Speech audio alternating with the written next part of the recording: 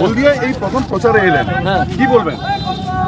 কি বলবো, অত্যন্ত উচ্ছ্বাস মানুষের, দেখে আমার ভালো লাগছে এবং আমার ধারণা বিরোধীরা কোনো সমর্থনই পাবে না। তৃণমূলের পক্ষ থেকে ব্যঙ্গচিত্র করা হয়েছে যেখানে প্রধানমন্ত্রীকে লাথি মেরে ফেলছে মমতা বন্দ্যোপাধ্যায়, মানে কটূক্তি করা হয়েছে, কি বলবেন?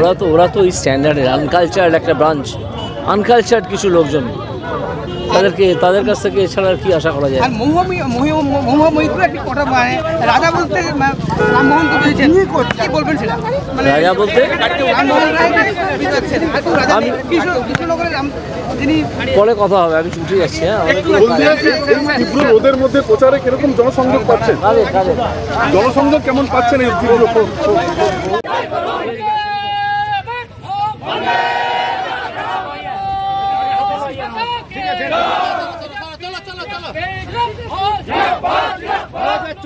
लोकसभा चुनाव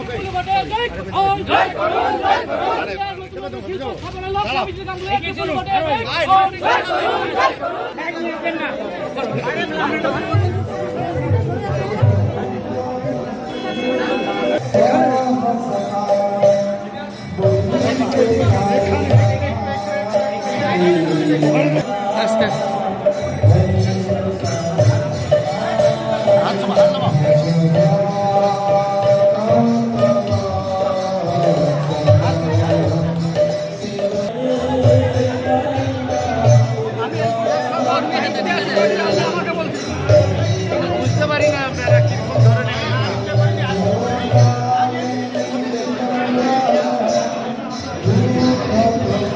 দেখি বাবা, দেখি দেখি দেখি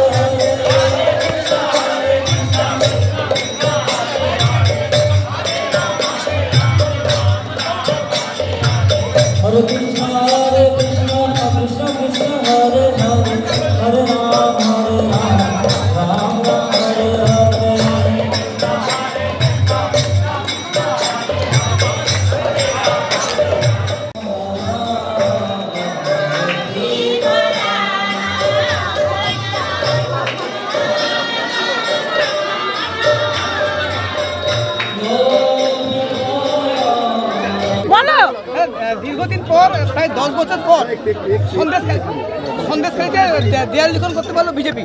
আচ্ছা ঠিক আছে, দীর্ঘ 10 বছর পর সন্দেশখালীতে দেয়াল লিখন করলো বিজেপি। সন্দেশখালীতে মাথা পালন ছিল, কি বলবেন?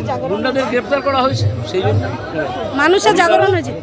হলদিয়া শিল্পাঞ্চলে প্রথম দিন প্রচারে এলেন, কেমন সাড়া পাচ্ছেন, কি বলবেন? অসম্ভব ভালো সাড়া পাচ্ছি, মানুষ ডিটারমিন্ড হয়ে গেছেন যে চোর শেষরদের সরকারকে উৎখাত করবে।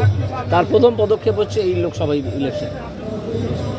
রেখা পাত্র, যিনি সন্দেশখালীর বিজেপি প্রার্থী হয়েছেন, তার ব্যক্তিগত তথ্য, স্বাস্থ্যসাথী তথ্য কিভাবে যায়, সেই জন্য তিনি জাতীয় এসসি কমিশনে নালিশ জানিয়েছেন, কি বলবেন? যদি তার কোনো ব্যক্তিগত বিষয়ে হস্তক্ষেপ করা হয়ে থাকে তাহলে তিনি সেই নালিশ করতেই পারেন, করা উচিত বলেও মনে করি। কারণ আমাদের একটা দল তৈরি হয়ে সেখানে দেখছি দুর্বৃত্ত দলের মধ্যেই যে তারা কোনো বিধিনিষেধ মানে না, কোনো স্ট্যান্ডার্ড নেই তাদের, ভেরি সাবস্ট্যান্ডার্ড আনকালচার্ড পারসনস, তারা এইসব করে বেড়াচ্ছে। যে হলদিয়া শিল্পাঞ্চলের বেশ কিছু রুগ্ন হয়ে রয়েছে, সেক্ষেত্রে আপনার কি বলবেন? যেগুলো রুগ্ন হয়ে রয়েছে সেগুলো সম্বন্ধে কেন্দ্রীয় সরকার সিদ্ধান্ত নেবে। আর নতুন শিল্প